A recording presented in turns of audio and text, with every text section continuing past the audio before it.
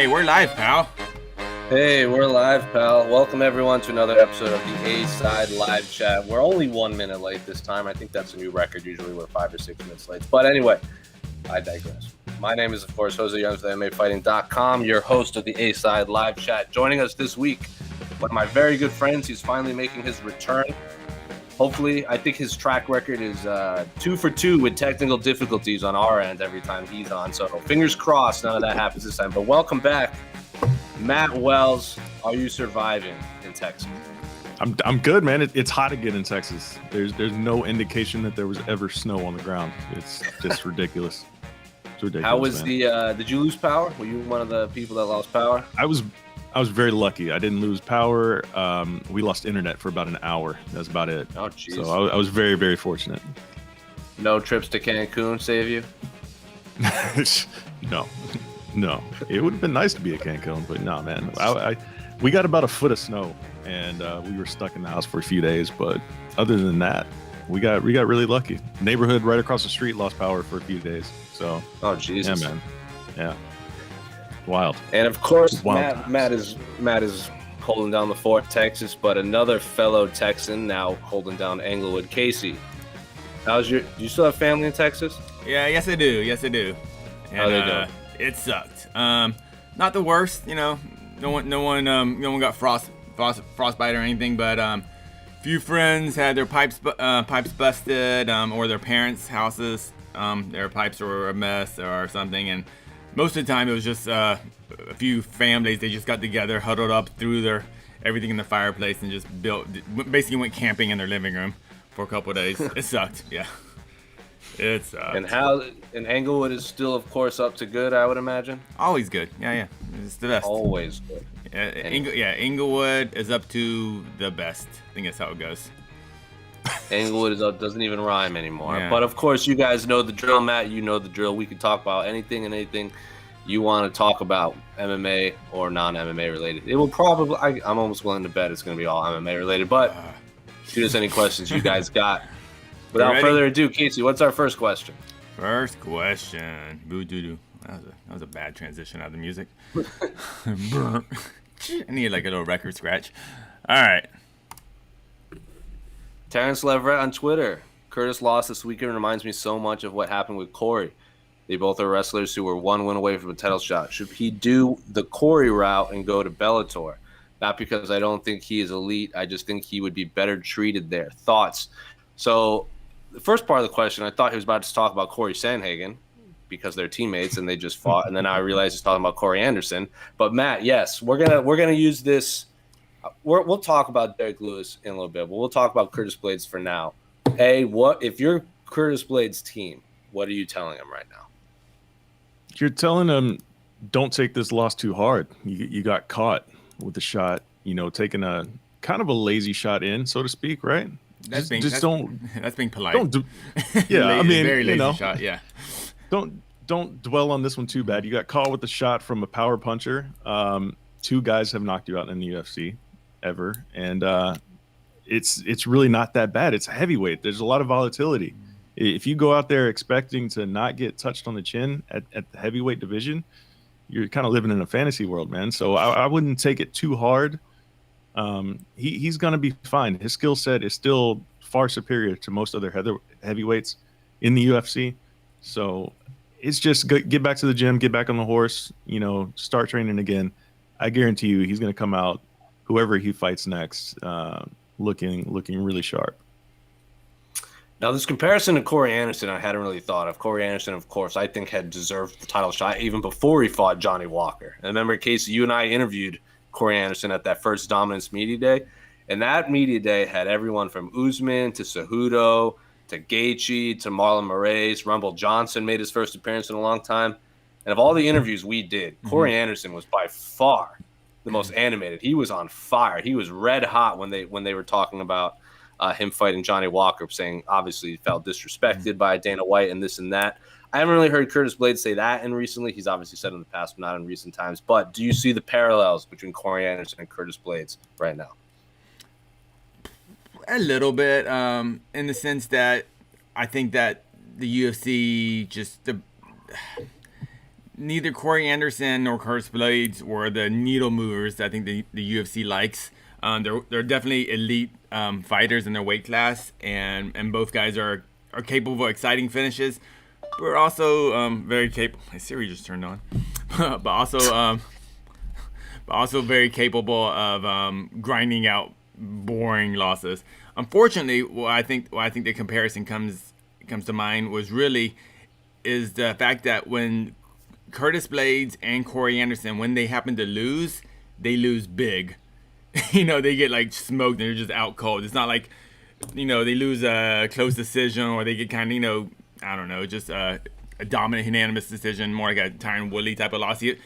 But they're getting like just out cold. Like Corey Anderson got just out colded by the champ, and Derrick. We just saw what happened with Derrick Lewis. So I see the comparisons, but I agree with Mr. Wells. Blaydes looked really good until he didn't. So like until how long did the fight go? Like 6-7 minutes was that fight? About that. 6-7 minutes. So for 6 minutes and 50 seconds, Curtis Blaydes looked great. Just got to work on those last 2 seconds of the fight. Yeah, looking at Corey Anderson's record, he's been knocked out by Jimmy Manuwa with that violent punch in the main event. And then he got head kicked by OSP in Madison Square Garden. And then he got knocked dead by the champ. And then before that, he lost a close split decision to Shogun Rua in Brazil, I might add. And then I think Matt hit it on the head. He's been knocked out. But Curtis Blaydes has lost to two people in the world. Derrick Lewis and Francis Ngannou. But how'd he lose though? It's not even that I know, he lost. But look at how many other people have lost to those two like that. Curtis Blaydes just happens to have lost to both of them, and that's just unfortunate. I mean, Francis Ngannou has losses, but we've never seen Francis just laid out like I'm done, and that's why I think in our heads we still see Francis Ngannou has the potential champion. With Curtis Blaydes, it's just harder. It's harder to picture that in your head because you've seen him just like flattened. So I think it's unfortunate, but yeah, Curtis, it's a crappy loss. It's a bad loss. Curtis Blaydes isn't Curtis. Has anyone else lost to? Has anyone else been knocked dead by Ngannou and Derrick Lewis? Oh, it's gotta be one person. One unfortunate soul has to be up there. Another one. I mean, both of them beat Volkov, but that was a decision for Blaydes. No, I'm saying, has anyone been knocked out by Lewis and Ngannou? Oh, knocked out by Lewis. Okay. Yeah, like Curtis Blaydes has been knocked out by the two hardest punchers in the UFC, and that's it. I know Oleinik hasn't fought. He hasn't fought Ngannou yet. Yeah. No. And then Overeem hasn't fought Lewis. Yeah. Junior has fought both of them, but knocked out by Ngannou, but beat Derrick Lewis. Mm-hmm. I think Curtis Blaydes is the only one that has fought the two hardest punches and lost to both of them. Junior's 1-1. Overeem could be could fight both of them I saw a question about that coming forward. So no, yeah. Yeah, I think it's crazy how we've kind of conceded that Curtis Blaydes is probably the best heavyweight. I would say probably the best heavyweight wrestler in the UFC right now. But yet, we always say, "Oh, wrestling that controls the fight," but wrestling ain't working for him against those guys. If you punch hard enough, it negates wrestling, I guess. Yeah. Matt, I'll phrase it to you like this: is Curtis Blaydes a better MMA fighter than Derrick Lewis? Yes. Yes, I think so. I would agree. Derrick Lewis could just punch a hole through the sun. Exactly. And that uppercut was so perfectly timed too. Like, it doesn't matter who he caught with that. Anybody in the world is going out from that uppercut. So it's hard to knock Curtis Blaydes for this because, like Casey said, he was looking really, really good, and everything he was doing, the feints that he was doing, trying to create openings, staying in space for the most part, and then he just took that ill-advised, takedown shot. And he didn't need it. He didn't need that shot. That's the crazy part. I felt the leg kicks and Curtis's jab. I mean, I don't think it would have been exciting, but I think he could have almost cruised his way to a 25-minute decision victory over Lewis standing. But I think Curtis Blaydes just wasn't comfortable, actually. he's like, this is almost too easy. I'm just, he's like, I gotta go to his bread and butter, which. I mean, you got to credit Lewis for that too, right? Because he was Derrick Lewis. He's the biggest troll in the world, like outside and inside of the cage, right? And he kind of lulled him to sleep a little bit, I think, too, because he was like, all of the feints that he was doing, like, were getting zero reaction. Derrick Lewis just kept standing there, like, with both of his hands up, just staying in his own little pocket there. And Curtis was just trying to make something happen, and yeah, something happened. All right. He just ran into Derrick Lewis's fist. We'll talk about him more down the line. But if Curtis Blaydes does want to go to Bellator, fine. But I think the better fights for him, like the fights that I'm interested in, are all in the UFC. But Bellator heavyweight division is fun too. Yeah. Like, I wouldn't say no to him versus Bader or him versus who else is in the division right now? Timothy Johnson and Shevchenko and all those people. Curtis Blaydes is a top 3, top 5, 4 heavyweight in the world. So obviously anywhere he goes outside the UFC, he's going to be the first or second best heavyweight there. So Curtis Blaydes could be he could be the best heavyweight in the UFC. It's just not against those two guys. Not when he runs into a fist. Like, it happens. You get punched. Anyone gets punched by him. Like, that's like Stipe got punched by Francis Ngannou and survived, and that's why he's the champ. Daniel Cormier survived and submitted Derrick Lewis. That's why he was the champ. The people that can survive against those two are champions. Anyway, we'll talk more about Derrick Lewis later on, I imagine. Yeah. Real quick. I know Curtis Blaydes, his career is still far from over, but he might be one of those guys, like, where you say he might be the greatest UFC heavyweight that never got a title shot. I mean, he still has time, but. He still has plenty of time. He's still really young too for the UFC heavyweight division. Those are big losses he has to make up, though. I mean, I don't see the UFC putting him in the front, like, toward the top of the line again. I feel it's gonna be as a bad loss. He's still a headliner. Like, he could headline a fight night, like, coming 100%. Off a loss. 100%. So. And one of the other differences between him and Corey Anderson is that he goes out there and finishes fights. Most of Corey Anderson's wins were decisions and not the most exciting ones. That's just his fight. Curtis Blaydes was kind of known for that too. Yes. Curtis Blaydes that was also like his last. I guess it was his last win in the UFC, because then he ran into Jan Blachowicz and got starched. I think Curtis Blaydes gets a bad rap for his decisions because, like, he knocked out, like, the Mark Hunt decision and the Justin Willis decision and the Volkov decision were just dominant. Like, I don't think he lost a second of those fights.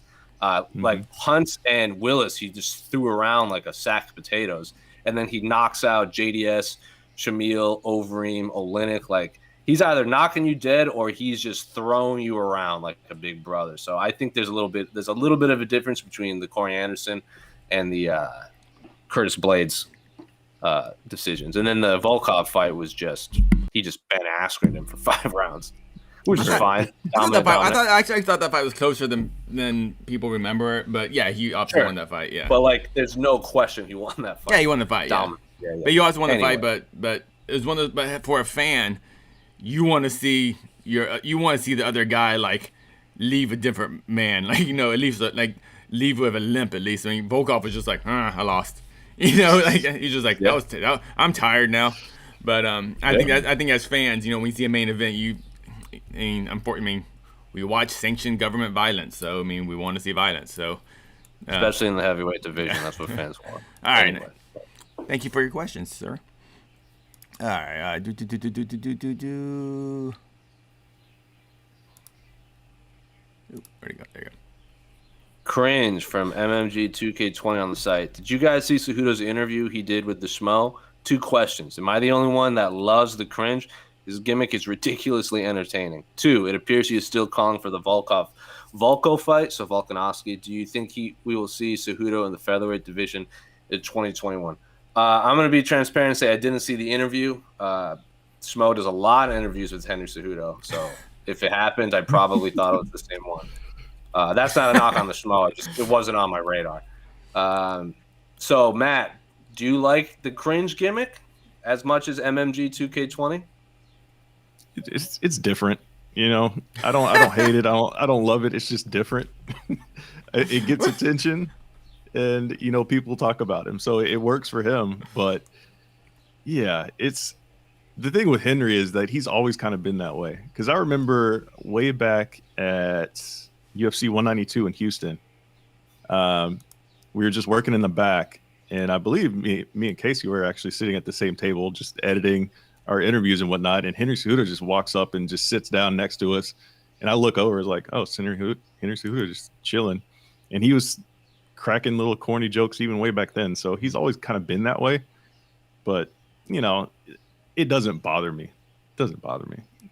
It would bother me if he continues to do all of this stuff and throw out all of these challenges on social media and never comes back. That would definitely bother me.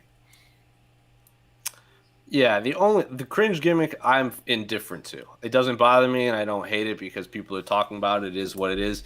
I do find him calling out every single fighter under the sun after he retired, and there's like, if he's retired, he's not fighting, then it is what it is. Like, stop calling people out. Like, you gave up the belts willingly. That's a little annoying, but again, I'm not losing sleep over it. Casey, do you like this cringe gimmick? I have to go with what Matt said. It's a thing. I acknowledge it. I'm aware of it, and cool if it makes him feel comfortable. In general, I don't like gimmicks in MMA. It's like you guys. I'm a pro wrestling fan too, but I like my pro wrestling and I like my MMA. I get the crossover. It kind of is like, let's bring that gimmick. That kind of the promos. The pro wrestling promos to MMA, I get that as far as getting people hyped, but I guess as long as it's fine, whatever. There are, and I wouldn't even call them gimmicks. I like the fighters that kind of blur the lines between. So you actually question, like, is this person actually like this, or is this just a character? Like the Chael Sonnens and the Ben Askrens of the world, they're just like really good talkers. And they might not be like that off camera, but they blur the lines. Like for Colby and Cejudo and maybe a few other fighters, like you could tell, like you've interacted with them both on camera, off camera, they're just completely different. I like those.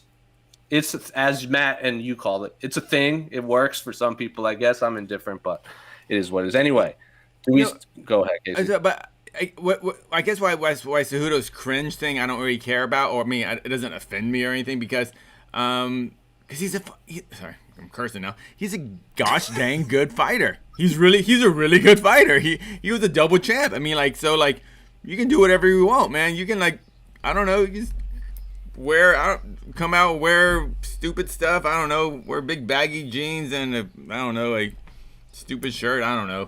I'm just like, I don't care what he does, honestly, because Cejudo's a really good fighter. So when you're that good, you can do all the stupid jokes you want. If he sucks, if he was like, then we'd be like, oh man, he sucks at fighting, and I don't like his jokes.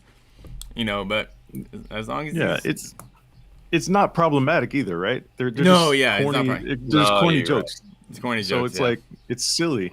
I mean, how can you really be mad when guy's just being a goofball? Yeah, I'm more over the word cringe. How about that? I think that's one of my, I think we need a new word for that. Just also, I know there's a lot of rumor and innuendo of Ali controlling his clients' Twitters and stuff. I know for a fact that Henry Cejudo controls his own Twitter, because I've been around him, because he lives in Arizona. He actually lives fairly close to me, and I've been around him, and I've seen him post the tweets that everyone goes, and then people will respond like, "Oh, this is just Ali." I'm like, "No, that's Henry. Like, that is 100% him posting his own tweets." So give him credit for that. He's not letting other people do it for him. But anyway, the second part of the question: do we see Henry Cejudo fight at featherweight in 2021, Matt? I would like to, because again, all of this talk, it makes me want to see it. And if we don't get at least some return, I mean, obviously I would love to see him come back against Volkanovski, because that would just be an incredible accomplishment. If he could come back and actually beat him, that'd be ridiculous. That'd be legendary status, right? So yes, please do it. I want to see it. Let's just embrace the chaos, so to speak. Absolutely not. Absolutely not. If Cejudo wasn't a long enough champ at 35 to just go up to be a champ, to fight for the belt at 45, To me, but if Cejudo wants to come back to 45, he fights the number 1 contender, and we have Max Holloway versus Henry Cejudo. So I would be down for that. But I wouldn't hate that one. I just think I don't know. There's something I don't like about Cejudo jumping in front of the line at everyone at featherweight too. Yeah. Mostly because like if I think of all the divisions, like if he gets an immediate title shot at bantamweight, fine, because he was the champion, he vacated, and he's the returning champ. I get it. Flyweight, if they want to make Figueiredo, if he wants to fight the winner of, like, if Figueiredo wins and he wants to fight Figueiredo, 100% fine with that too. I don't think he would fight Brandon Moreno because, they got the whole like Mexican champion thing, and Henry Cejudo has been a huge advocate of Brandon Moreno. I don't like him skipping the queue at featherweight because there are a lot of interesting fights at featherweight that I want to see. Because, like, again, like that top 5, like none of them are fighting each other right now. So, yes, agree with you. If they make it, whatever. Wouldn't be my first choice. Also, Cejudo just wants the big money fights, which you can't blame him. You can't get what you don't ask for if he wants to make it. Because, like, again, I've talked to him off camera and stuff, and he's 100% just about the money. If there's no belt on the line and he can make a lot of money, he's totally fine with that. He just wants to make as much money as possible and get out. All power to him. Yeah, and that's why I have absolutely zero hate on Cejudo calling for that title shot. I totally get that. Yeah. I'm not hating on that. 100%. I'm not hating on that at all. That's actually what I do see some of the YouTube commenters saying Dana White called his bluff, which I also agree with. Oh yeah. Yeah. Right. Yeah. I mean, that's the name of the game we're living, man, right now. It's all about skipping the line and calling for money fights and division dominance be damned. So it's why I've said this before. It's why champions like Max Holloway and Kamaru Usman right now, it's kind of, maybe not Usman at the moment because he's calling for the Masvidal fight, though he did tweet anyone can get it. Like champions that are just next man up, I'll fight you, like, is kind of a breath of fresh air in the current MMA landscape. Yes, my goodness. Stipe too. Cool. You just make sure you pay them right before they get in there. That's all they're asking. They don't care who the person is. Just pay them what they're owed. All right. Bones from another question from MMG 2K20. So it looks like there's a few questions. What will John Jones do if Izzy wins the light heavyweight belt and calls him out? Thinking about this more and more, John Jones was happy for Khabib for around 5 minutes and one tweet when Khabib beat Gaethje and called himself the pound-for-pound number 1. After that, one tweet in 5 minutes, Jones was furious at the idea Khabib should be placed above him. His ego would not let it go. If Izzy were to win, look into the camera with the belt and say, "Hey, Johns, I got your belt. Come get it." Would John's ego let it go? For a fact that the UFC will try to make that happen too. So, yes, there's a lot to unpack here. We all remember John Jones was happy for Khabib for about 30 seconds. I don't even think it lasted 5 minutes before the tweets started to come. Also, I don't know if Khabib called himself number 1. I think the voting panel voted him number 1, and then Khabib was like, "I am number 1 now. Like, now I can retire." John Jones obviously took issue with that. Fine, it is what it is. So, Matt, what do you make of this whole John Jones moving to heavyweight scenario? Will he go back down to light heavyweight if Izzy wins? What say you? Wow. I would imagine that they're all, like, John, for one, is kind of really paying attention to what's going to happen with that fight, with the Jan Blachowicz and Izzy's fight. Because that's a bigger money fight than anything that can happen at heavyweight, I think. That's bigger than a Stipe fight right now. That's bigger than an Ngannou versus Jones fight, just because of the way that Izzy can market himself. And, whether or not the UFC gets on board with that, that's another thing. And social media videos from yesterday notwithstanding either, that we don't need to discuss here.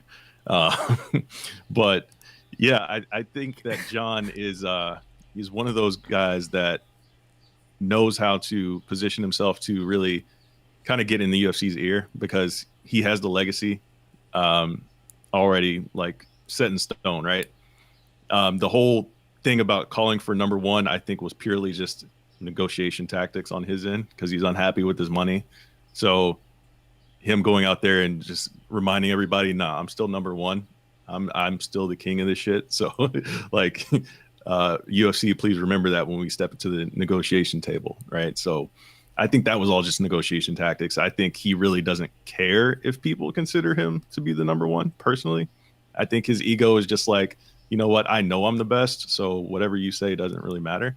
That's just my opinion. I could be way wrong on that, but John's the type of guy that knows he can really just beat anyone that they put in front of him, I think.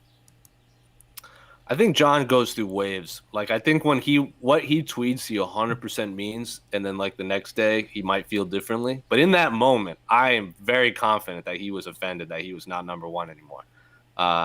To the point where he was tweeting like, this is because my coach has put in the work and this and that, and I just want the respect. I'm like, John, you're the best fighter. You might be the best fighter ever. Talking about at this moment in time, pound for pound number one, I'd still probably would have put Habib. Doesn't mean he's greater than you. I think John Jones is by far greater than Habib. I just think at that moment, Habib was the pound for pound best. Casey, what say you with this whole scenario? Oh, John Jones is super jealous. Yeah. Oh my God. Yeah, of course John Jones is angry. Of course he wants to be pound for pound. He wants. He's got good. I mean, John Jones ain't wealthy, but he's rich. He got lots of money. And he lives in Albuquerque. It costs like 50 cents a day to live in Albuquerque. He's good. So like, so he's got. No, they pay you to live in Albuquerque. Yeah, That's how it works. Yeah, right. And I love Albuquerque. I'm a big fan. But it's good. It's good for the wallet too. But I don't think John Jones and Izzy is ever going to happen. If John Jones if John goes back to 205, I'm really worried for John Jones, because a bulked up John Jones is a very slow John Jones. So I don't see John Jones, if Izzy wins next week, yeah, a week and a half. If Izzy wins is a double champ, is the assumption Izzy is going up in weight to heavyweight and just fighting John Jones at just some random, just a heavyweight, just He for could. fun fight? Is that what we're kind of talking about, or is we talking about Jones coming back down to 205? Either one. Oh well, to me there's a big difference. Yeah. I think John hasn't even fought at heavyweight, so like that. If he wins the championship and he's the heavyweight champion of the world, then maybe we can talk about it, which I think eventually, inevitably, will happen.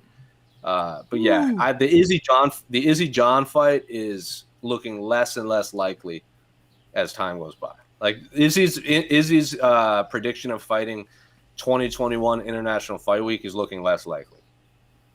Yeah, I don't think it's happening. Yeah.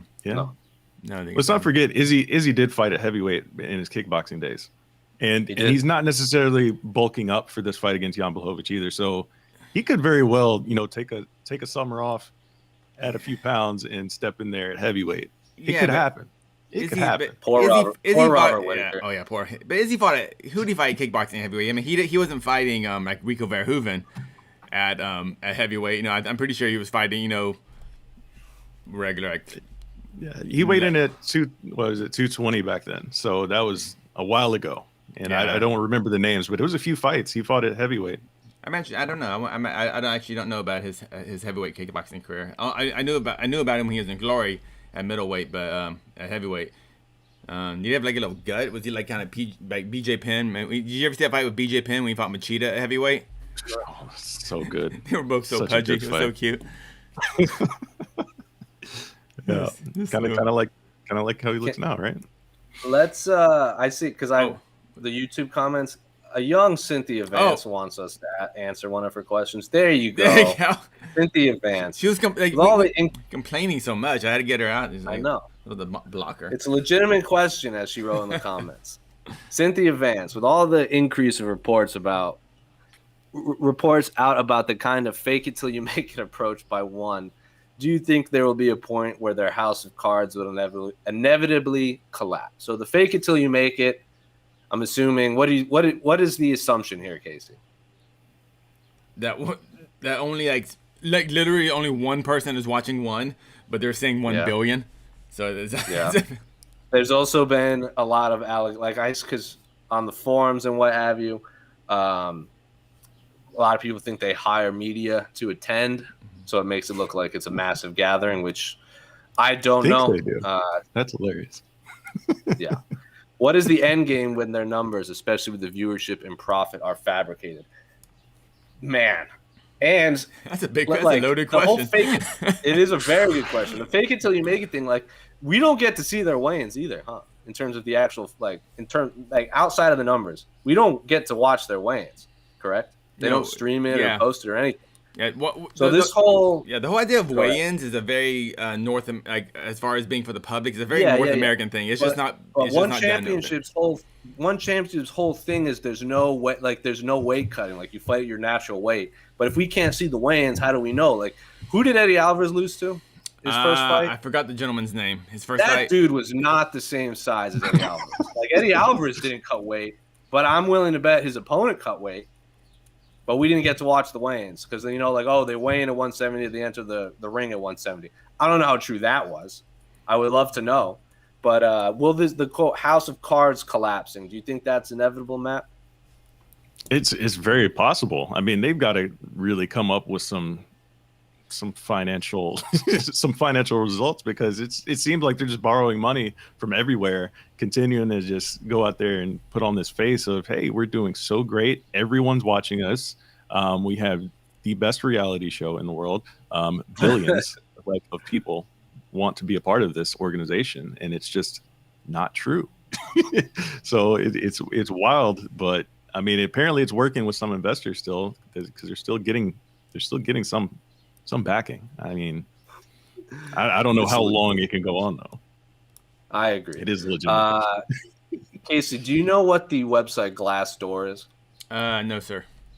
So Glassdoor is like a Yelp for businesses, but specifically for employers and employees. So Cynthia's still saying, answer my question, you coward. So it's a way. So, like, if you work at like Joe's Towing in wherever, and they have a Glassdoor account, you have an interview, you can go on this site, and people will review the interview process. They'll review the CEO. They'll review the working environment, the benefits, everything. So it's basically Yelp for job seekers. One Championships, if anyone hasn't read it, is pretty all over the place. Like, one of them, I just pulled it up right here. 1 out of 5 stars, September 30th, 2020.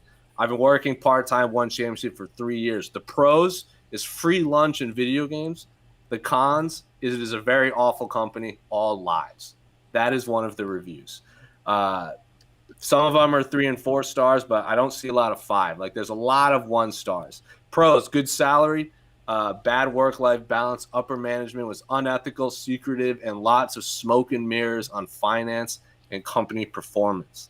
Another one, good salary, travel opportunities. Con, everything in this company is, quote, fake.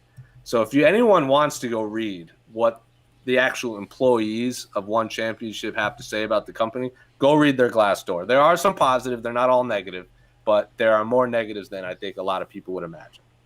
Anyway. Yeah. So who knows? It could happen. Plenty of reports, too, about, as you kind of touched on, about journalists being compensated to attend their events are widely available. Just ask your favorite local combat sports journalist. I would love to cover one. Like, I don't want, I would never take them up on their offer for getting paid to go cover an event, but as like a journalist and a fan, I would love to go experience a fight week for One Championship. I know our former coworker, or my former colleague, Mark Raimondi, did before I think it was the big Demetrius Johnson one, or he flew over there, and he did great work. He got great access. Chaudhry, the CEO, his whole thing of he gave an interview where he's like, we're real martial artists, but then he brought up, he was comparing their, what did he say? He's like, we're like real martial artists, like Jet Li and Jackie Chan and everything. I'm like, no, probably don't use actors for your big selling point on being real martial artists, but I would love to experience it. Just probably won't happen unless they come to the United States. And I hope they succeed and it's not all fake, because competition is great and fighters need more of a selection of making a lot of money. Because if Demetrius Johnson, Eddie Alvarez, stays Northcutt, all these cats are making a lot of money, all power to them. Yeah. Hopefully it just doesn't turn into a WCW. About Sage coming back today. All I gotta say is I am super excited for Sage Northcutt versus Shinya Aoki. That is not something I had on my 2020. I'm gonna enjoy this cold beverage now. Delicious. Where's my polo? I have a one polo. I have one polo somewhere too. I've never worn it. I got 3 of these. In Vegas. I don't know what to do about it. That's right, Matt. I was with you. Like, Matt and I were sitting at a coffee shop doing work because I can't remember the coffee shop's name, but it had phenomenal internet. And we were just sitting there working, and then some guy comes up and goes, I'm with one championship. Like, I'm a representative. I was like, oh, cool, nice to meet you. Like, I was kind of half listening because I was editing a video, and he just gave us shirts and disappeared into the night. I was like, all right, I'm probably never going to wear this. Yeah, 100%. Weirdest thing anyway. Like, we all kind of, like, shook him off. Like, okay, this is a weird fan sort of guy. But no, he legit gave us like very nice, high quality shirts. Golf polos. If I ever played golf, that would be a high quality golf shirt. I wear that shirt around often. I'm not gonna lie. There were a few. I don't know if they were media or whatever, but there were a few people that were wearing like one championship shirts on Fight Island in the hotel, like when they weren't during Fight Week stuff. So they were just like getting dinner in the hotel lobby and stuff. There were at least 3 or 4 one championship shirts I saw that they definitely got like just given to them.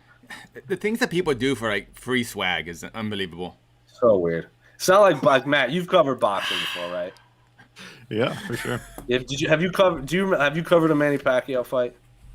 No, I have not covered a Manny Pacquiao fight. So I remember there was one where Manny Pacquiao's team gave out shirts to like the media, like they were just throwing shirts into the crowd after like a workout, and then the next day, at least 80% of the media was wearing those shirts during the fight.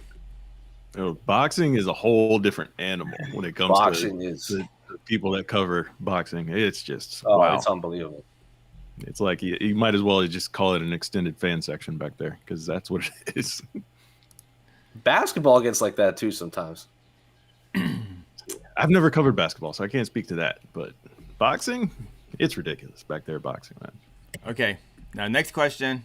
We alluded to it earlier, and I've been seeing this mentioned a lot on the social media platforms, but I have no idea what they're talking about. So,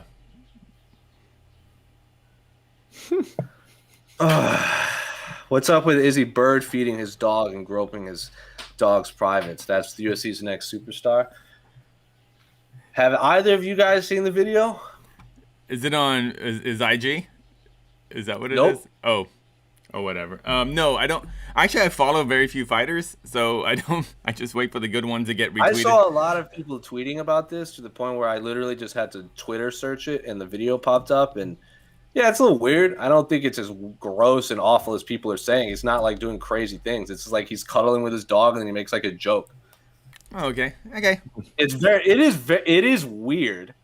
It's very weird, but it's not like people. I don't think you have to bring out the pitchforks for it.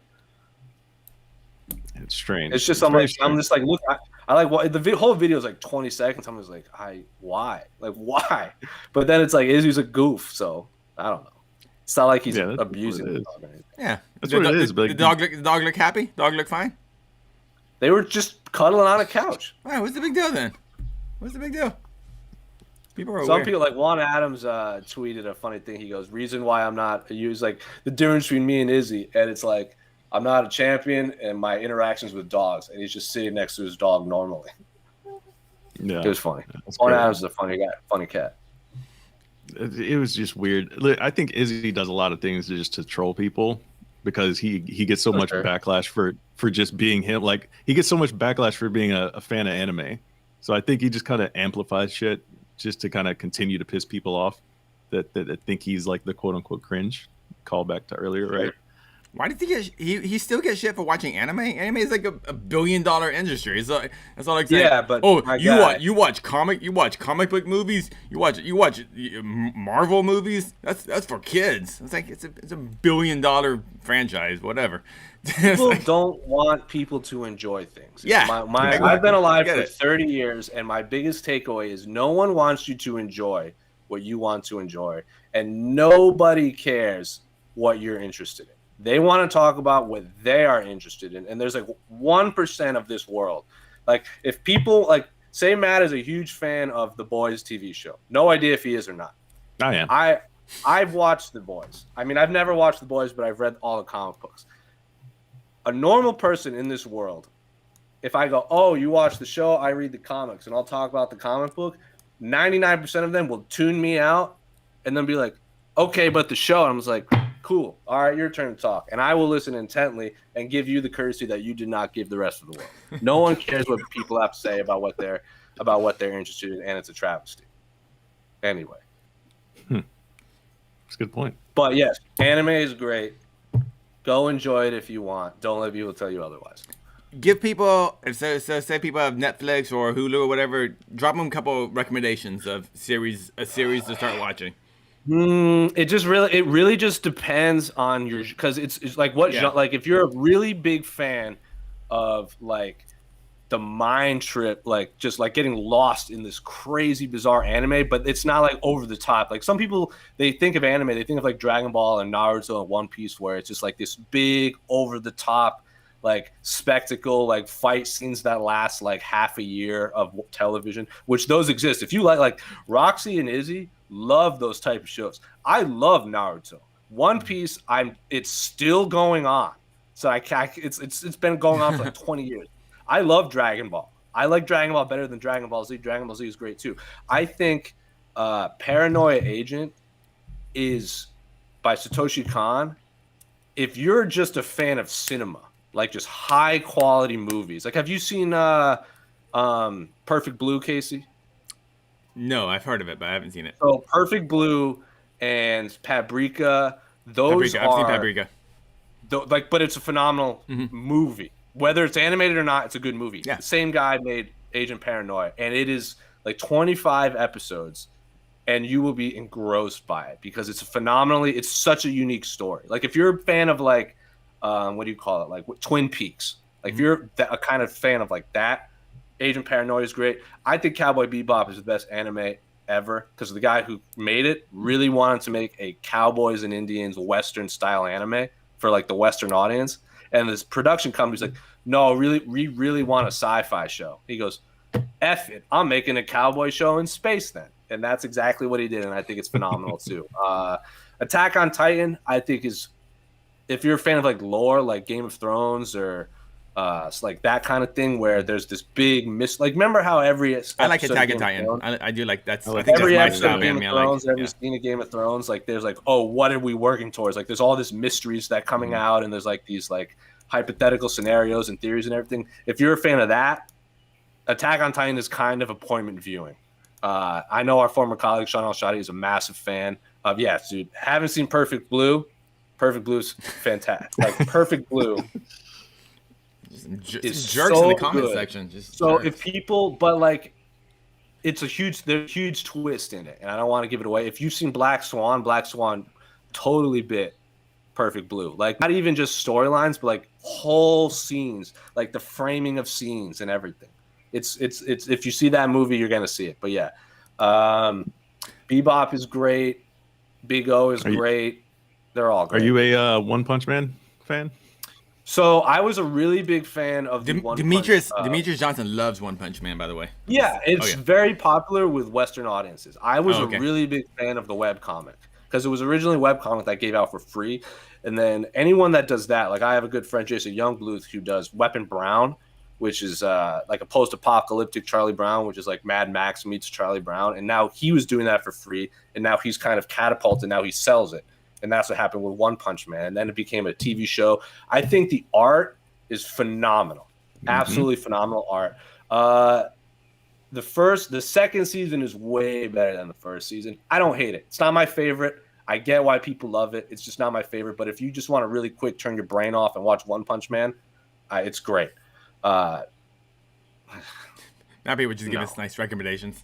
He still tell documentaries, whatever. That show, Julia watched that and it bothered me. It really bothered me. Oh, if you want to talk about the Cecil Hotel doc, I'll go off on that in a very positive way. I thought it was. I mean, great. It was I a well-made documentary. I absolutely hated every single person in that documentary. Well, that's on purpose. Same. That's on purpose. It's not. Yeah, I get it. 100%. Yeah. Also, if you really want to watch, real quick on the anime thing too, because I know our audience. Real quick, we're too late. Real quick. If subtitles don't bother you, I think Cross Game is such a gem of a story. Whether it's the manga or the show, it is so good, and you're gonna go into it being like, I'm gonna hate this. I have never been so engrossed by a story in my life. And then there's a new movie on Netflix that you can watch for free called Children of the Sea. Family Guy is a great animated show. Shout out to Rhode Island. Yes. Children of the Sea. I told Esther to watch this at one point. Mm-hmm. It's a manga right behind me. Okay. It's a manga right behind me. These kind of tan Series. books behind me. It's so unique, and they made it into a movie, and the same illustrator did the movie too, and it's on. Oh, it's such a beautiful anime. It's a movie too. If you want movies, like pretty much any of the Ghiblis, but if people want to say Ghibli movies, Miyazaki is not the only people that make movies in Ghibli. So, like, pretty much watch all the Miyazaki movies. Watch Grave of the Fireflies once, and then never watch it again. Because you won't want to watch it ever again. But anyway, I digress. I can talk about this stuff all day. Oh, I know. That was my fault. I kind of set you up, and I knew you couldn't say two things and just go and like, oh, watch this and this, and we're done. No. Attack on Titan. Watch Attack on Titan, Bebop, and if you're a little older, kids watching this, don't watch Agent Paranoia. Wait till you're a little older. Adults watch that show. All right. Well, yeah. Okay, we got lots of questions, so we're gonna go through them kind of fast, which means I'll shut up. We got time. We don't got me today. Yeah, whatever. Terrence Leverett, thoughts on Invicta and UFC parting ways? Is it just a way to make room for EFC and other newly signed promotions? Also, where would you like to see Invicta end up? Would you like to see them under the Showtime banner? # the A side. Casey, I'm gonna start with you, because you're very close to the Invicta team. You've done a lot for them. You've shot videos. You're friends with a lot of the fighters and the people that run that organization. What did you make of the Invicta and not UFC, but Invicta and Fight Pass, like kind of leaving Fight Pass? And if you had the decision, where would they end up? I wasn't surprised. I'm not gonna can't air too much dirty laundry out here, but I wasn't surprised. I'm happy for Invicta FC. And I'm hoping they find a new broadcaster soon. Maybe they do. I actually don't know. But yeah, I think there's lots of good options for them out there. But I hope whatever new broadcaster they get, either Showtime. I doubt it'll be Showtime right now because they're very focused on Bellator, and I don't think Showtime can do two promotions. So unless they merge the promotions, which I mean, Invicta will be fold, which I just don't see happening. So I just don't. Unfortunately, I don't think Showtime is going to happen. But there's so many new, like, I don't know, like I keep seeing all these stupid commercials for Hulu has sports. Okay, I don't know. I guess maybe Hulu will broadcast Invicta FC. There's 10,000 commercials about it, so maybe I'll pay attention to one of them. But I just hope they find a good broadcaster, and I hope that broadcaster can throw some more money at them so they can ramp up their production value, because they have great fights. But I just feel like they need more funding to make their shows, the how they look on TV, as good as they actually are in reality. That's about it. Matt, what will you remember most from the Invicta UFC Fight Pass partnership? I just remember the convenience of it. I didn't have to hunt for it. It was just right there on Fight Pass. It was real easy to access, and I liked the. Okay, there we go. Yeah, it was good. I liked it. I enjoyed it. But the questions of how long that relationship was going to last was always there. I remember way back, even before then, the questions of, the financials of Invicta was always a hot button topic. And I was kind of honestly surprised to see them last so long on the Fight Pass platform. But I would like to see them kind of just branch out and do their own thing. Like if they could just stream like on their own like YouTube channel for a little while and see how that works out for them. I don't know what the profitability would be for them going that route, but I just want to see them do something a little bit different than no other promotion's doing right now. Hulu would be a great option. I think that's a fantastic suggestion there by Casey. Yeah, I hadn't even thought about that. Where did they first Invicta. where was their first broadcast? They were like a YouTube stream. It was they had like Yeah. a YouTube pay-per-view or like Fight TV, one of those things. But they weren't with some sort of network or Yeah, anything they weren't with a broadcaster. big conglomerate or No, anything. not at that time. By that time, there really wasn't Yeah, an option either. It was and like also, 6-7 years ago, so the world was a little different. Also, when Invicta started, they were going to be the place to be for women's MMA. Like since then, like shout out to them for making like kicking the door in. But at the beginning, like Strikeforce had women's MMA, but then once Strikeforce got absorbed into the UFC, that didn't happen immediately. But now you got like the UFC, Bellator, Ryzen, like all these other major promotions have it. It's just more competitive. Like Casey said it a million times. Those like look at Invicta FC like in its first 1 or 2 years. Yeah. Every fight has big name in it. It's because that was the place to be. And it was like I've said it on the show before, but like me working at those early, I think Invicta's 1 through maybe 7 or 8, all through those shows. Essentially, right until they kind of sold off the strawweight division to the UFC. Like, even though those women weren't household names or stars in MMA, just being there and watching them fight and watching them, how they talk on camera, how they just, just their manners, how they behave. I mean, not manners, just how they carried themselves. I was like, dude, these women are gonna be freaking stars, and Dana saw that too. I mean, that's why when he went to the one Invicta they had in LA with Cyborg on the card, and more importantly, they had Alexa Grasso and Irene Aldana. And when Dana White saw those women fight, he was like, buy them, get them all, And yeah, and who knows, this world, the MMA landscape would be so different if. Just imagine if Invicta just had the funding and they could have kind of kept all those fighters. I don't know. Just it's a very different world, especially when it comes to women's MMA. But it didn't happen that way, and here we are. As long as they get to keep Fight Church, I'm cool with where they end Fight up, Church. I wish they had. Remember when the Invicta held that card in Las Vegas during a big UFC fight week? Mm-hmm. Yeah, that was. I thought that was such a good idea for whoever made that decision. Awesome idea. Yeah, but when they first had the UFC Apex, that's what I thought things were going to be like. I thought UFC would have the pay-per-views on Saturday, and then on Friday there's like an Invicta card at the Apex. This is all pre-pandemic. Even I thought that was like, it makes perfect sense. And even Laura Sanko brought that up when they did the first Apex store. She's like, man, I hope Invicta's in here, but. Pandemic hit probably changed everything, but hopefully Invicta sticks around because it is a hugely important promotion. Yes. Dana's controversy of his late stoppages from Tristan Gordet on the site. Dean's controversy. Dean's controversy. To MMA fighting, in your opinion, do you agree with John McCarthy's assessment surrounding the controversy of Herb Dean's late stoppage during the fights this past weekend? John McCarthy's breakdown of it was like sometimes that happens, right? It wasn't like anything like in depth, right? The Herb Dean stoppage on Blaydes, is that what? John, I assume so. So John McCarthy said, I think his phrasing was like sometimes this happens, like. But Matt, were you okay with the stoppage? Like in terms of it being late, did you think it was a super late stoppage? I didn't think it was late at all. I think Chris Tione had an egregious one earlier in the evening, like the first fight. Significantly worse. Yeah, the first fight night. Yeah, significantly worse than what Herb Dean did. I mean, listen, he's in there with 2 gigantic heavyweights. One is a wrestler who shoots power doubles at will, so you don't want to get too close to these giants that can just bowl you over if you're in too close. If a guy lands a knockout shot like that and can instantly follows it up with more, it's hard to get in there and stop 1 or 2 more shots. I think it was fine. He did the best that he could.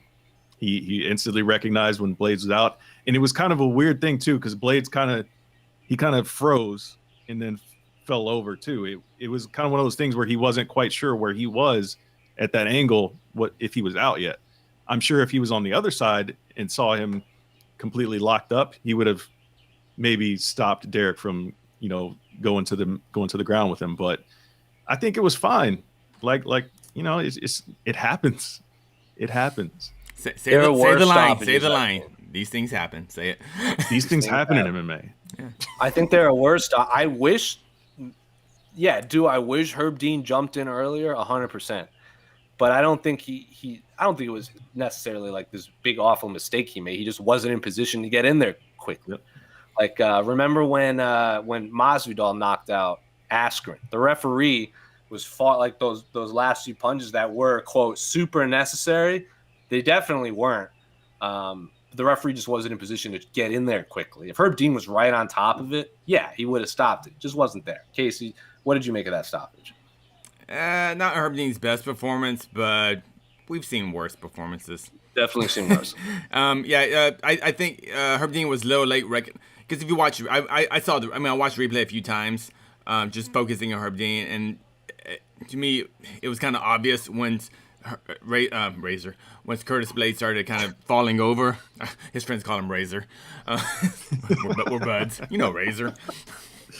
When Blaydes started falling down, it was pretty clear he was out, and I don't think Dean really needed to give a full analysis once he hit the ground and laid still for a while. But not the worst. And I think if Derrick Lewis didn't do the whole "Hey, it's your fault, Herb Dean," it's like if he didn't do that, we wouldn't even notice it. But it kind of added to the controversy a little bit. But let's focus on Chris Taoni. that was definitely. You see Derrick Lewis's follow-up tweet about it. I saw it. What Matt? Well, first of all, he's okay. He's okay. Yeah. And the I Undertaker saw that one. I don't know if he. Yeah. Or which one? Because there was a couple I saw. Which one? What did the one that made me chuckle a bit was. I gotta pull the it Black up. History Month was the Black History Month was That's hilarious. The one. The Black History Month was so funny. And then he waiting for Black History Month to be over so I can make fun of Curtis for talking crap before the fight. and then he talked crap about him like 15 minutes. He couldn't wait another week. He had to go. Screw it. That one's good. I did not see that one. I did see a whole bunch of stuff on his Instagram story. Yeah. Cool. Anyway. And Curtis Blaydes hasn't thrown Herb Dean under the bus or anything, and he's the one that actually took the damage. So, is what it is. Yeah. Thomas Moore, if you are Derrick Lewis with the one fight left on your deal and your stock is and never will be higher than right now, was Overeem the right call out? Never is a strong word. His stock could be higher in the future. But Houston, Texas, gets a big knockout win. Obviously, we've talked about it, Derrick Lewis over Curtis Blaydes. So, Matt, if you're Derrick Lewis's team, are you waiting for the winner of Jairzinho and Ciryl Gane, or do you really want this Overeem fight? If I'm the team, if it's me, I'm saying we're waiting for the winner of this fight because that makes more sense in terms of rankings and where everyone is at their career. But for some reason, Derrick Lewis wants to fight Alistair Overeem, and it's just a weird thing that actually helps the UFC because now the UFC doesn't feel pressured to fit Derrick Lewis back in this title picture. That's kind of a logjam right now, and we're all kind of waiting for John Jones to be like, "Hi guys, I'm here." So it's just a mess right now, and it really does help the UFC if Derrick continues to push for this Overeem fight. Derrick Lewis said a million times, the title is great, but he fights for the money. He'll, quote, punch anyone in the world for money, as he told Daniel Cormier. If he wants Overeem, fine. I personally want to see him fight the winner of Jairzinho versus Ciryl Gane. Casey, we talked about it a lot on the post-fight show, but for those of you who didn't tune into that live quickly, Casey, what are your thoughts on this? No, I don't like this call out. I feel with Overeem, essentially probably one of the worst Overeem performances we've seen in a while when he fought Volkov. Not saying that Overeem sucks or anything, but I just don't think the version of Overeem that we're going to get versus Lewis is going to be it's not going to be a better version that fought Volkov. It's going to be more battle worn and older. So I'm just not sure what the UFC can get out of that Lewis Overeem fight. But if Lewis wants it, cool. If Overeem wants it, cool. I don't like it. The fight I love and I'm not going to get because that would make sense is I would love to see John Jones make his heavyweight debut against Derrick Lewis. And that's the fight I want. One can dream, Casey. One can dream. One can dream. Just imagine those gentlemen, just their mean faces, and I'm gonna beat you up. I love it. You love to see Those it. gentlemen. Those gentlemen. Love it. Anyway. I think here we go. A little bit this. I think this weekend's card. For Corner Sports NY on Twitter, Alonzo Menifield and Pedro Munoz both are coming off back-to-back losses. Who's going to need a win more on this card and why? Well, I think the obvious answer is Alonzo Menifield because Pedro Munoz is a ranked fighter. So if you lose 3 in a row unranked, it's not looking great. Right, Matt? You are correct, sir. But Alonzo Menifield's also at 205 where they really need people. So he could stick around. Could stick around. Plus, he's a Fortis guy, so I'm saying he's sticking around regardless. There you go. I would actually think Munoz. He's only come off the very close loss to Frankie Edgar, correct? That's what. And Sterling. Oh, you just lost to Sterling. Oh, to 2 losses for Sterling. Oh, okay. Yeah. Sorry. I actually think it's more important for Munoz to win, which, Matthew said, Alonzo Menifield, he looks the part, and 205 is always kind of shallow. I think it's always been kind of shallow. So I think Alonzo Menifield will stay around, win or lose. But Pedro Munoz, not that he'll get released if he takes a 3rd loss in a row, but it's going to be tough for him to get anywhere near title contention if he takes another loss. Let's also not forget he's very good, but he just move the needle. His fight against Jimmy Rivera is a rematch. He's already 0-1 against Jimmy Rivera. He lost a long time ago in the UFC. Oh, what he does have going for him is he has wins. He has stoppage wins over Rob Font and Cody Garbrandt. So if those two are anywhere near the title, and Pedro Munoz has big wins, like stoppage wins over them, then that obviously benefits him. Rob Font has never been higher in the rankings. Cody Garbrandt's obviously one of the most popular fighters in the world. 1 win, and he's already talking about getting a title shot right away and fighting Jose Aldo, fighting Davidson Figueiredo. But I still think it's Menifield because he might not be in the UFC with another loss. I think Pedro Munoz will at least get 1 more if he loses. But I don't. Obviously, neither guy. Obviously, a win is hugely beneficial for both men. See, I just went with the who looks better coming off the bus. I was like, well, Menifield does, so he's good to go. Well, yeah, Alonzo Menifield looks like who's that cat? Who's that linebacker on the Bills, Matt, with no neck? And just all thighs, I guess. I don't know if he's still there. I mean, it kind of reminds me of... He's been retired for a minute, but he's like... Oh, you're talking about what I'm talking about? Yeah. Takeo Spikes. Alonzo Menifield has like the same body as Takeo Spikes. Right. Just he walks out and you're like, good God, like that dude could run through a brick wall head first. We talking regular sports now? Come on. What's going on? Sprots ball. Shoot the touchdown. Let's go. All right. Shoot the touchdown. You're not familiar with this? It's new one for me. PFL and Bellator from Alan Lane. Apologies if I mispronounced your name. Regardless of star power, which format do you prefer? PFL's annual seasons or Bellator's Grand Prix system? Also, will PFL ever overtake Bellator as the number 2 promotion behind the UFC? These are questions. The first question is a question I've never pondered, so I'm going to ponder a little more. Will it overtake Bellator? Maybe. Isn't PFL on ESPN? Right? Yep. Yes. Yeah. So ESPN actually if has people two people still only view like anything on ESPN, like unfairly, people view whatever's on ESPN, they're going to hold in higher regard. Whether that's fair or not, that's another conversation.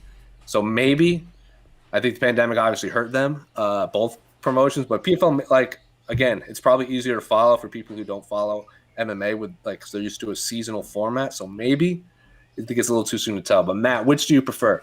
PFL's annual tournaments or Bellator's Grand Prix system? I love PFL's. I love their format as an entire like promotional gimmick, right? I think that's just fantastic because it takes a lot of the guesswork out of what happens when, we're talking about titles and things like that. So I love that. But for a promotion that's not entirely wrapped up in that, I appreciate when Bellator does have Grand Prix. So I guess if I had to pick like what I prefer overall, I would love to see like the UFC implement the PFL system. I think that would be amazing. The question is, which do you like better? You can't. The come on. PFL, the PFL system, annual seasons. I'm going with annual seasons. You and your sports ball seasons. Exactly. Seasons. Exactly. Do you want seasons so we can have an off season? Is that why you want seasons? Because if you have seasons, that means. I mean, sure, yeah. If you have seasons, you have to have an off season. Why not? Why not? I think that would build up anticipation for what happens during the season, like with sports ball, right? The sports balls. Sports ball. Personally, get excited. Slam touchdown. Personally, I am a huge fan of Bellator's Grand Prix system. Strikeforce Grand Prix system, Pride's one Grand Prix system. I don't care. Even PFL, I don't care what tournament it is. I love tournaments. You can't argue with who fights who next. Mm-hmm. You're in a bracket. I love that. I absolutely love it. UFC, when's the last, outside of Tough, what's the last tournament they did? The flyweights? On the inaugural flyweight title? The one that Tim Elliott won? No, I'm not. The one Demetrius Johnson won. Remember they did a four-man the four-man tournament that they screwed up. They did because Ian. Well, not only did they screw it up that way, Ian McCall, Demetrius Johnson should have gone around 4 because it was a tournament fight and it was a draw. So if anything's a draw, it should have gone to a final round, a 4th round. But again, I love tournaments. Don't care what format it is, whether it's seasons. I do like because if you haven't watched Mike Heck's interview with Anthony Pettis, he did kind of lay it out. He goes, he enjoys I fight every 2 months. I know when I'm fighting, and I'll know who I'm going to fight right after. He likes that. It's not going to work for the UFC because UFC will lose money fights if there's tournaments. Because also heavy wrestling, like Curtis Blaydes would probably dominate a lot of Grand Prix because he can just control you, take less damage. Anyway, I digress. I love the Grand Prix system because it mixes because you can have your tournament, you can have your Grand Prix, but then you can mix in your actual prize. There are kind of big money fights too, so you're not just for a business and even for fans. You're not entirely dependent on the bracket format. You can still mix in other fights too. So I think the Grand Prix system allows more flexibility, but also allows the best fighter to advance too. So. That being said, I do like how now there's two like the PFL system. I don't hate it at all. It's just another option we can watch. Yeah. Every promotion adds something different. Ryzen has the ring and the theatrics, which are all awesome. Bellator has the Grand Prix, which is awesome. PFL has annual season, which is awesome. And the UFC is just doing its thing. I like how every promotion has something different. And on top of that, they all have different rules no matter what, depending on what city they're in too. So hey man, you're not wrong. You're not wrong. Fight to fight, different cage sizes, different like how tall, how many sizes cage has. Is the cage a circle? Is it a ring? MMA. I think it's a sport. UFC ranking. Should fighters have contracts that enforce them to take fights against lower-ranked fighters if they're coming off a loss? Conversely, if coming off a win, you're guaranteed to fight someone ahead of you. This might prevent fighters holding on to a ranking. Out from Alan Lane on the site. This is complicated. And the fact that media people make these rankings, that would make this question more complicated, because then you would be actively controlling people's contracts based on their rankings, right? Yes. Yeah. And yes and no, but I don't know the better option though, because you let the promoters decide the rankings then? Then who decides who ranks them? Then is it? That's why I don't know. Yeah. I hate promotional rankings. I just hate promotional. That rankings. I agree with. Yeah, I agree with. It's all great for marketing and for the casual fans. So tune in if you don't know who's who. I totally get it. I wish there was an AP style like college football or like tennis, where like everyone like a third part, like the reporters have their own poll. The problem is we're gonna need all of the sites getting together for like a powwow. Imagine if there was an MMA JA or something that could get that done. Oh, wow. Shots fired? Wow. No shots fired. No shots. Just had to take it. It was standing. It was sitting there. It was sitting there on the platter. But, Matt, what do you think about this whole ranking situation? Because Bellator is now having their own rankings, too. Yeah, the Bellator one is kind of weird for me because it's like, do you have enough fighters to even rank in some of your divisions? But well, yeah, top 10. I think they're enough. Yeah. I guess. I do like the fact that Bellator has a more respectable roster of media members, compiling their rankings. Because some of these guys that do it for the UFC, it's like, who are you? I've never heard of you before. Give the Bellator rankings like your 6 website months. doesn't even exist. Yeah. Let's see how those rankings are in 6 months, because everyone still has to contribute, and once people start getting lazy and stop contributing, then all of a sudden you're down to MMA butt touch .cc ranking. Right. Don't go to that site. No one look for that site. Probably. Yes. No. Or do and report back. I won't go myself. But no, the weird thing about the rankings is, like, if you're basing your promotion, obviously, like with the UFC, like their promotional thing is like money fights, right? So if a money fight presents itself, regardless of ranking, they're gonna make it happen. Yeah. Thinking of Jose Aldo getting a title shot off of losses, it's just how it goes in the UFC. Whatever makes them the most money, they're gonna do that. Rankings be damned, even though they're telling you, hey, this is the ranking system and this means something. But it really doesn't. It really doesn't at the end of the day. Yeah, that's why I hate promotional rankings, because they don't mean anything unless they mean something when the promotion wants to use it against the fighter. Outside of that, I don't think it means anything. Or in some commissions that are be like, hey, this guy's ranked too low, he can't take this fight. Isn't that what happened in New York with Paul Felder or someone like that? But I thought that was a rumor. I thought that was cleared up. I thought the commission said that wasn't true, but I don't know. I thought Paul Felder confirmed that. I could be I could be wrong, but I thought Paul Felder. No, I'm pretty confident that's what the story went out originally. That's kind of the truth that stuck, but it actually wasn't true. Because the commission never said that. The commission never said that. I think like fighters. The thing with that too is anything that's wonky that's happening with the New York commission at the time, I think people would have been like, yeah, that's just on par. Because New York is a bizarre commission. It is. Look at me spreading fake news. How dare me. Good for you. Good for you, sir. Curtis Blaydes rose to the title from Matt Bradbury. With Curtis Blaydes recently losing to Derrick Lewis, despite being ranked third, how many wins would he need before a title shot? Personally, I would like. Also, who'd you like to see him fight next? Personally, I would like to see him fight Sergey Pavlovich or Alexander Gustafsson. I don't think there's an exact number. Curtis Blaydes just needs to fight. I don't think there's an exact number.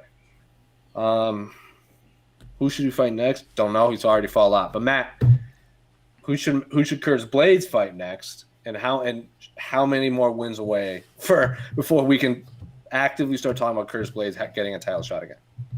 Curtis Blaydes could very well end up fighting the winner of Ciryl Gane and Jairzinho Rozenstruik, especially with Derrick Lewis wanting to fight over him. So there's a lot of weird things that can happen at heavyweight right now. I don't see him needing a ton of fights. He could very well have 2 and be in a title shot. But I think that's the minimum. I think 2 at minimum to get back in that conversation. And then when weird things happen, like if Stipe retires, if John Jones comes up, there's all sorts of mess that could happen at heavyweight right now. But I think it'll be fine either way. I don't know if I like the Gustafsson matchup or the Pavlovich matchup, honestly. I think the winner or loser going back of this to 205. Yeah, I thought that was a thing too. So yeah. Winner or loser of this upcoming event would be my pick for him next. Casey? Who should Curtis Blaydes fight next? Oh, I remember who I said I wanted. It's a big jump in competition. I know competition. who you're going to say. I was going Curtis Blaydes versus Romanov. You remember him? It's a little bit of a... So you want Curtis Blaydes to fight an unranked fighter? Yes, I do. Wow. Yes, I do. Romanov's come with two dominant victories in UFC. Yeah, I like that. I like big jumps in comp. I like big jumps. I think it's isn't War Harris like a 3? Was he on a 3-fight losing streak now or 2? 2? No, I don't like that full. I don't like that fight. Just because he's lost 2 in a row? Yeah. Yeah, I see Curtis. I think it's a hard road back to the belt for Curtis Blaydes or to be a number 1 contender. I think those are big losses. Like I said, like he didn't lose a decision or a close loss. He got like just out colded, and where like he got knocked out so bad, the UFC cameras were like, "Don't put the camera on him. Just point it somewhere else." You know that it was one of those type of knockouts. You know that's how. Did you see the boxing knockout between Valdez and I forgot his opponent's name? Did you see that? Yeah, it was a murder. Did you actually watch the whole fight though? Yeah. Yeah. It was dude, that boxing match was Phenomenal awesome. Fight. Oh, such a good. Yeah, you throw two Mexican boxers in a ring. It was such a good fight. But did you notice how differently boxing covers big knockouts versus how UFC covers it? Just if you're at home, watch the last round and watch the following 10 minutes and how they covered his opponents, how he got knocked out and how they handled it versus how the UFC handled it.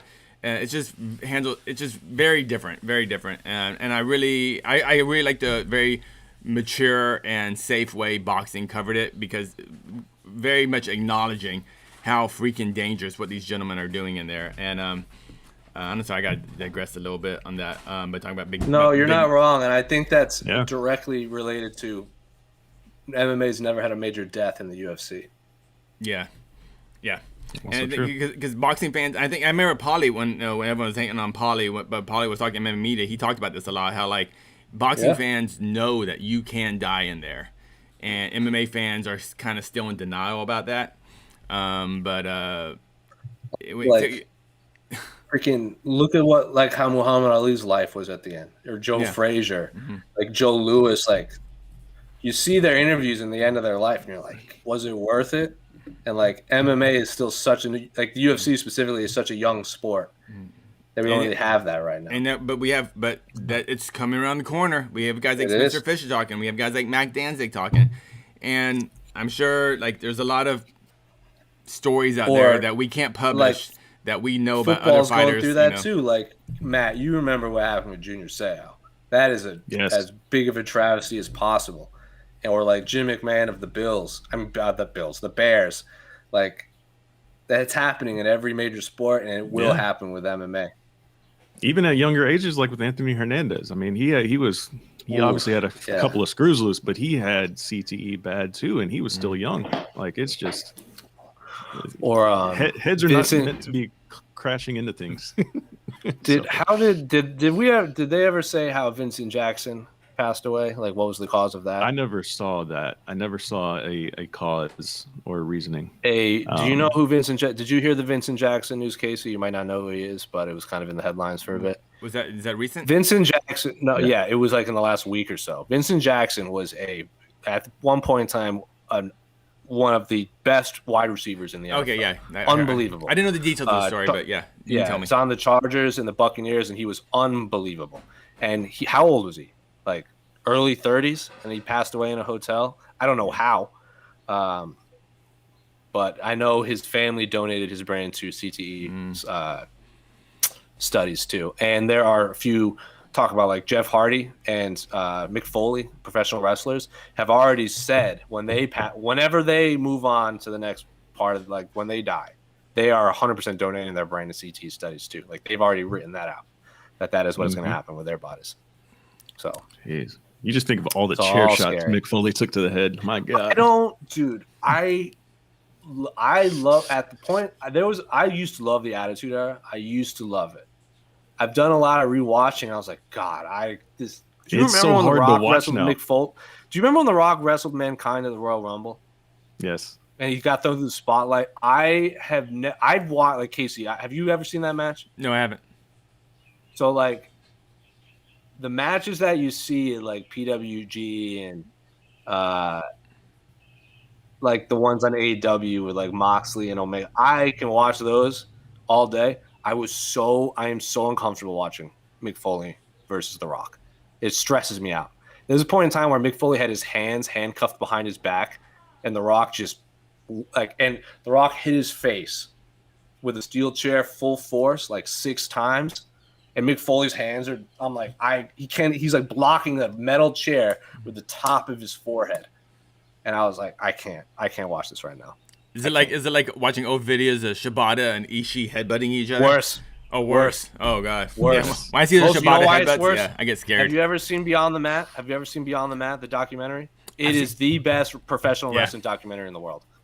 They were behind the scenes for that match. And the whole leading up to that is Mick Foley talking about his family. He has a real, at the time, Noelle Foley was so young. Like she was like 5 or 6. And she's front row when that's happening. And they keep cutting to them in the documentary of like his do you know the famous scene of Mark Coleman with his daughters? Like in Pride? After he lost to Fedor. It's and then that. Yeah, but like he was just sad. Mick Foley's wife is literally covering her kids. Like holding it. She's like, don't watch. I'm like, I can't do it. They're so young and they're just watching their dad get just wailed on by The Rock. Jeez. You know, they go backstage and they say, fake. Hey, we're all friends. Yeah. You know it's fake, guys. It's fake. It's fake. Well, in that documentary, Mick Foley's a little annoyed because The Rock didn't go check on him after. Dwayne. But you can't say anything bad about Dwayne. You can't. All right, a couple more questions. Do. Four Corner Sports on Twitter. Now that Valentina will face Andrade, will this mark as Valentina's toughest fight at 125? Maybe. It'll be interesting. It's a different fight. That's all that matters. Maybe. Jessica Andrade is super powerful. Matt, what do you make of this fight? Toughest, I don't agree with because she just fought Joanna at 125 recently. Oh.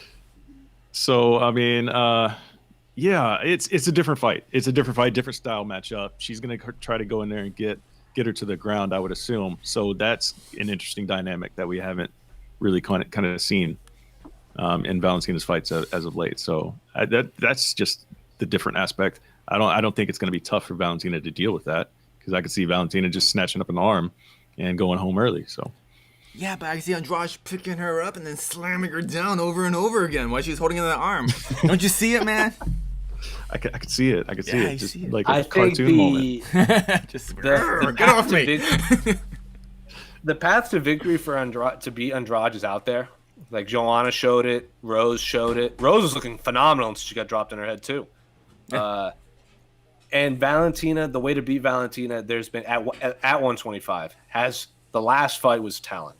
Like Maya just said, "F it, I won't respect your striking," and just try to power you into the fence. And Valentina looked super shocked and super frustrated for the first 2 rounds, and then she finally got her bearings. But like, she's champion for a reason. Made awesome adjustments on the fly, but the path to beat Valentina at 125 is not written in stone yet, I think. But I don't know. To be TBD on Andrade. Is that fight going to be at the Apex or is it overseas? Don't know.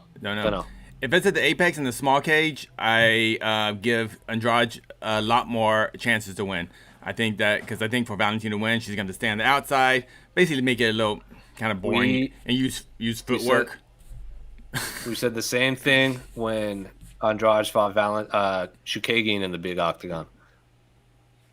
That would be an advantage for Andrade knocked Shevchenko. Yeah. And Andrade got in close and body shot at her and sent her tumbling. Or Shevchenko ain't Valentina. So great fighter. Great, yeah. I like this fight. I'm still picking Valentina, of course, because it's Valentina right now. She looks, just incredible. She's fighting at her peak, but this is Valentina, the right fight to make. Oh, absolutely, this is the right fight to because make. it's different. I think because we're talking and we're not going, oh, it's another corpse, for Valentina to punch, whatever.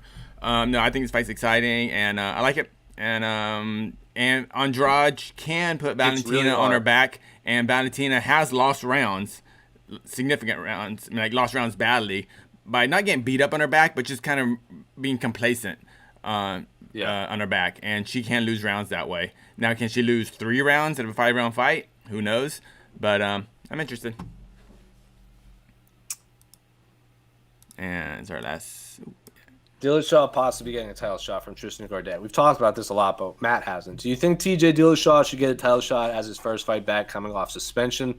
Listen, in an interview with Mike Swick on his podcast, TJ said that Yanna's been calling him out and wants to fight because he knows that he didn't beat the real champion to get the bantamweight title. Matt, Casey and I have talked about this a whole lot. What do you think TJ should get the winner of Sterling Yan? If not, who should he fight next? Definitely not. Definitely not. I don't care what TJ says in any of his interviews. He does not deserve a title shot because you admitted that you cheated. You have to have at least 2 fights, in my opinion, proving that you can fight clean, and then you can go in there and get a title shot. But coming back straight into a title shot after admitting that you cheated and serving a suspension, hell no. Hell no. That's just, it's ridiculous to even come back and have the audacity to call for a title shot after that. Got him. So who should he fight first? That's a good question. You know what? I